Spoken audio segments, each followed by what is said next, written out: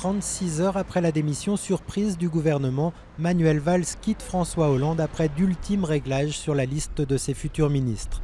Le secrétaire général de l'Élysée peut alors délivrer l'acte de naissance du gouvernement Valls II. Principale surprise, la nomination du successeur d'Arnaud Montebourg.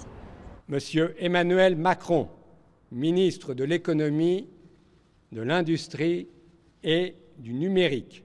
Inconnu du grand public, cet énarque de 36 ans, ex-associé de la banque Rothschild, était jusqu'à présent secrétaire général adjoint de l'Élysée. Présenté comme l'hémisphère droit de François Hollande, il était chargé de maintenir le contact avec le patronat. Parmi les autres nouveautés de ce gouvernement, la nomination de Najat Vallaud-Belkacem à l'éducation. Remplaçante du quasi-frondeur Benoît Hamon, elle devient la première femme à ce poste dans l'histoire.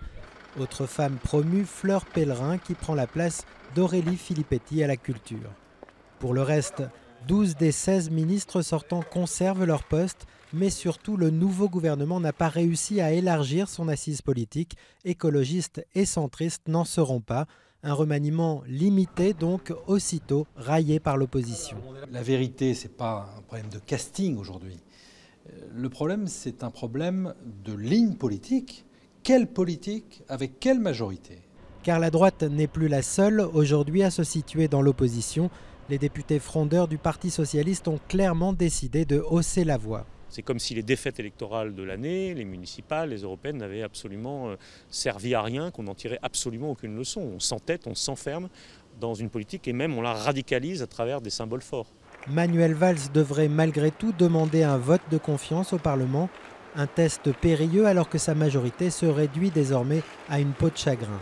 C'est quelque chose qui est inédit, c'est quelque chose qui peut fragiliser d'autant plus le pouvoir et c'est quelque chose qui en retour peut inciter en particulier Manuel Valls à faire preuve d'autant plus d'autorité et de fermeté. C'est-à-dire dès lors que vous êtes assiégé, dès lors que la citadelle est assiégée, on peut avoir un réflexe qui consiste à augmenter les murailles et à renforcer les douves.